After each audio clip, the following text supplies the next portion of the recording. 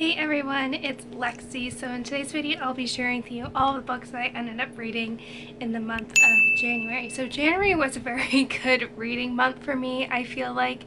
I read a total of 6 books, which I thought was really good. In the beginning of the month when I didn't have school, I was reading like crazy, and then once school started, it kind of went to a screeching halt. But then there was also like the new season of The Chilling Adventures of Sabrina came out, so at the end of a long day I was just like, you know what, I'd rather watch that or binge that on the weekend than sit down and read a book, and just because I've been doing so much reading and writing at school. But yeah, overall it was a good start to the reading month, as I said. So yeah, without further ado, let's get started.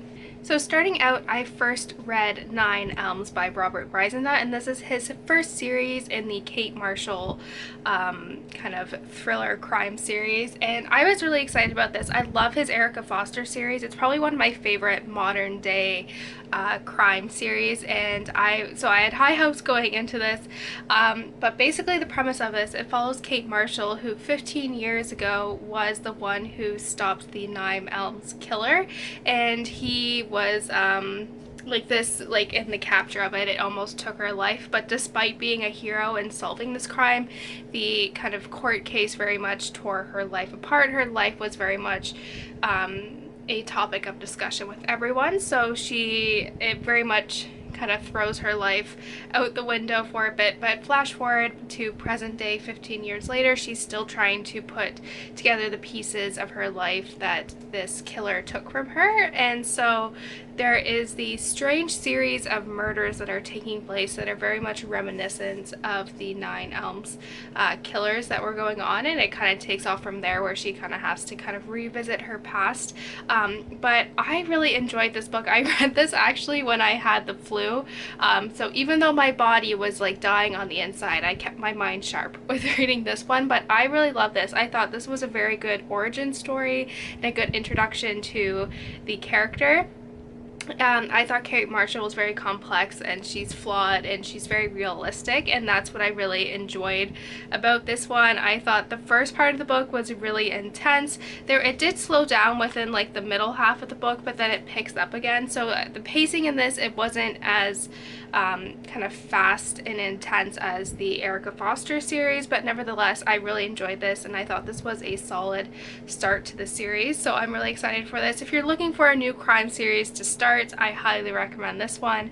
I gave it a 4 out of 5 stars. So in preparation for the new part of The Chilling Adventures of Sabrina coming out towards the end of January, I thought I would pick up the newest book in the series. So this one actually came out, I think, December 26th, so it was towards the end of 2019, so I was like, this will be a good time to pick it up. So I was really excited for this because I was pleasantly surprised by the first one, and it was Daughter of Chaos. So this takes place between the kind of Christmas special of part 1 and before part 2 starts. So I don't want to go too much into that because it's very kind of spoilerly alert if you haven't watched the series.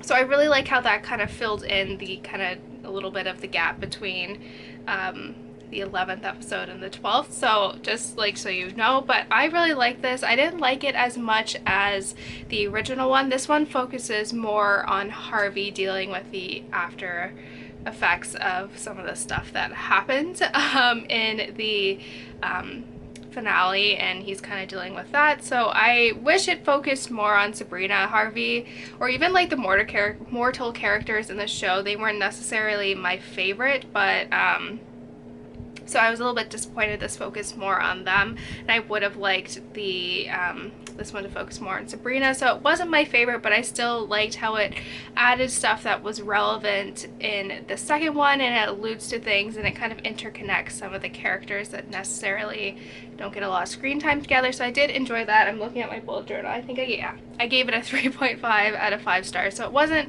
my favorite, but it was just fun to read and kind of got me excited for the new season coming out, which I also will be doing a review of that soon. But yeah, like I said, it was pretty good. I'm excited. They have another one coming out in May, so I'm hoping it will bridge the gap between part 3 and part 4.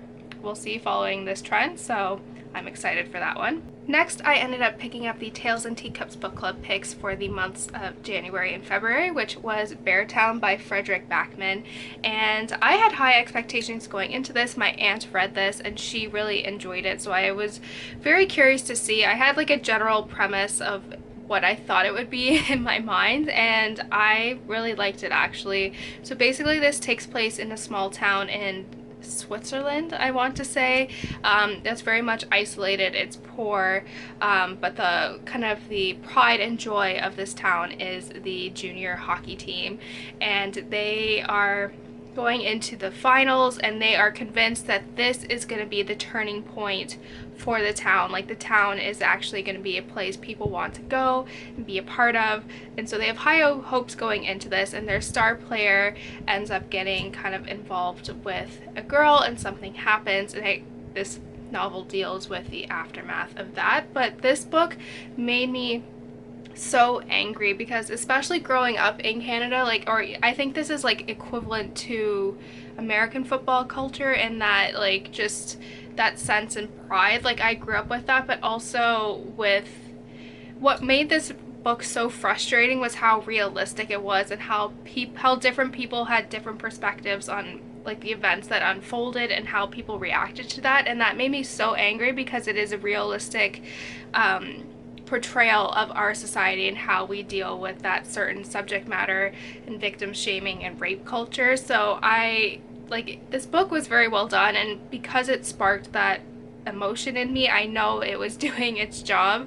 My only complaint was that I found like the first 150 pages or so kind of leading into the kind of ultimately like the pinnacle point in the novel, I found it to be very slow. It kind of jumps around from different perspectives, and you follow those perspectives throughout the whole part of the story, or throughout the course of the novel. But it was just, I don't know, I just had a hard time really getting into it, and I felt like because it did jump around, it was hard to kind of get your footing, and the plot didn't really move a lot during that part. But once the events of the kind of the main part of this book take place, that's where I really started enjoying it, and just kind of how it explored kind of the human condition and how we react to things, and like how like culture is so much centered around our like sports and how they're like heroes and like gods, and like how we treat them like that. Like, it made me so angry. So if you haven't read this yet, you still have, I think, until February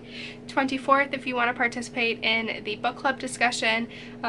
But overall, like I said, I really enjoyed this. I gave it a 4 out of 5 stars. So I figured, since I was home for a little bit before school started, that it would be a good opportunity for me to pick up some of the books that are a little bit bigger that I obviously couldn't bring to school with me. So I thought this would be the opportunity to read them. So I got a couple of film companions for Christmas, so I used this opportunity to read them. The first one being the Little Women movie companion.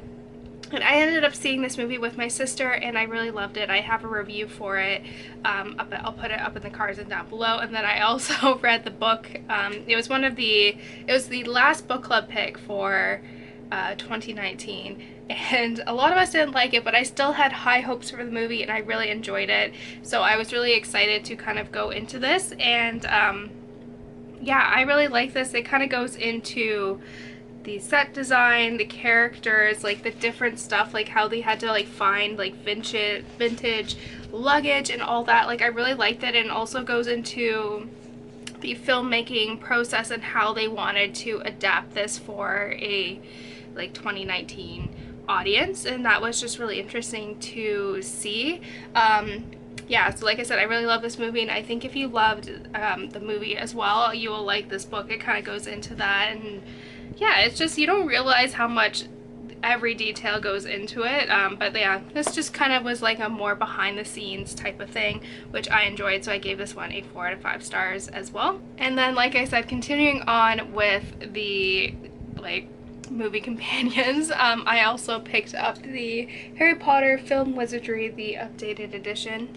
I don't know, whatever the updated one, I don't know what they added in here, but this basically goes into all 8 of the Harry Potter films, you know, like the characters in there, and all that stuff. Like, it's very interesting. I'm trying to find something like to show you, because it's also very interactive. So it has like pamphlets from like the Wizarding World Cup, or like things that they created for the like some of the prop stuff as well, and which I thought was really neat. If you're a Harry Potter fan, you'll like this, and it kind of goes like the characters, or like the actors talking about their characters, and kind of the set design, the outfits that they wore, and all that. So oh yeah, and this is another one as I'm here. I saw it, but it's also like a Hogwarts letter that you can like open and all that. But I really like this. I think if you like the Harry Potter movies, you'll obviously love this. And around this time, we were slowly working our way through the Harry Potter films.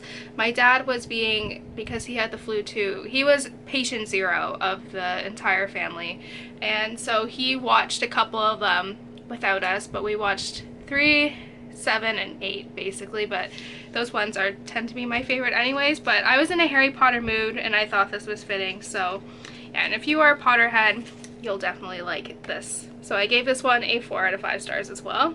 And lastly, to close out the month of January, this one took me a while to get through, and I'll kind of discuss a little bit about that kind of in my discussion. But basically, I ended up also picking up Spinning Silver by Naomi Novik, and this is one of the few books that was on my 2019 TBR, so I was happy that I finally picked it up and got it done. But basically, this is a loose retelling of Rumpelstiltskin. I think that's how you pronounce it. I'm still figuring it out. I struggled with it in a couple videos, and you guys laughed at that. So, but anyway, it's basically on a retelling of that. So it follows a girl named Miriam who is a daughter of a money lender, and her father was very much kind of not like weak, but he was very passive. Like, he wasn't pushing people to get the money that they owed them.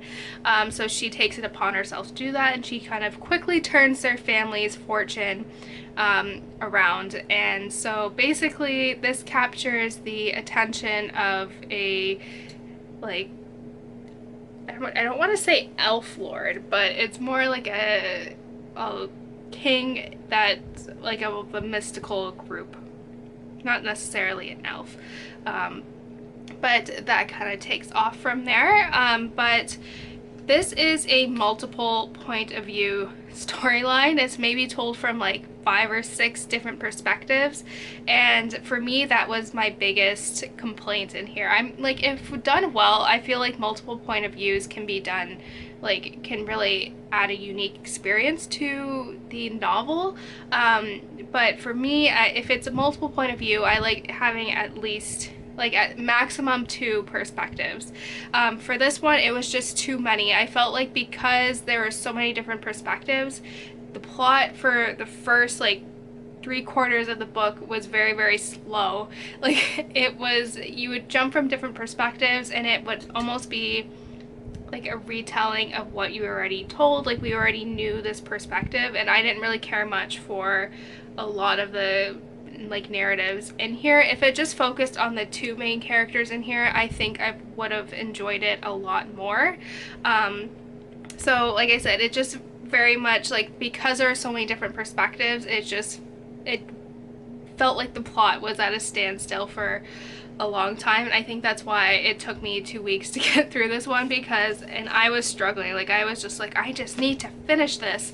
But I really enjoyed the ending, so that's what's conflicting. And the ending focused more on the 2 main perspectives, and I think, like, that's probably why I enjoyed it. So despite all that, like, I did enjoy the ending, but I think I would have enjoyed this more if there weren't so many perspectives to follow around. But like I said, like, it was not a bad book, and I think if you like multiple point of view narratives, I think you will enjoy this. The world building here is really good. The characters are very fleshed out. Like, the 2 main ones, I didn't really care much for the other ones, but I really liked this world and these characters, but I just didn't like the way it was kind of written in that sense. So I gave this one a 3 out of 5 stars. I was a little bit disappointed because I did like Uprooted, but yeah, I still really liked the ending. I just didn't like anything really leading up to it, but what can you do? So that's it, guys. Thank you guys so much for watching. I hope you guys enjoyed this video. Let me know in the comments below what some of the books that you read this month were and all of that fun stuff. So yeah, thank you guys so much for watching. Don't forget to give this video a thumbs up, and I will see you guys next time. Bye, guys.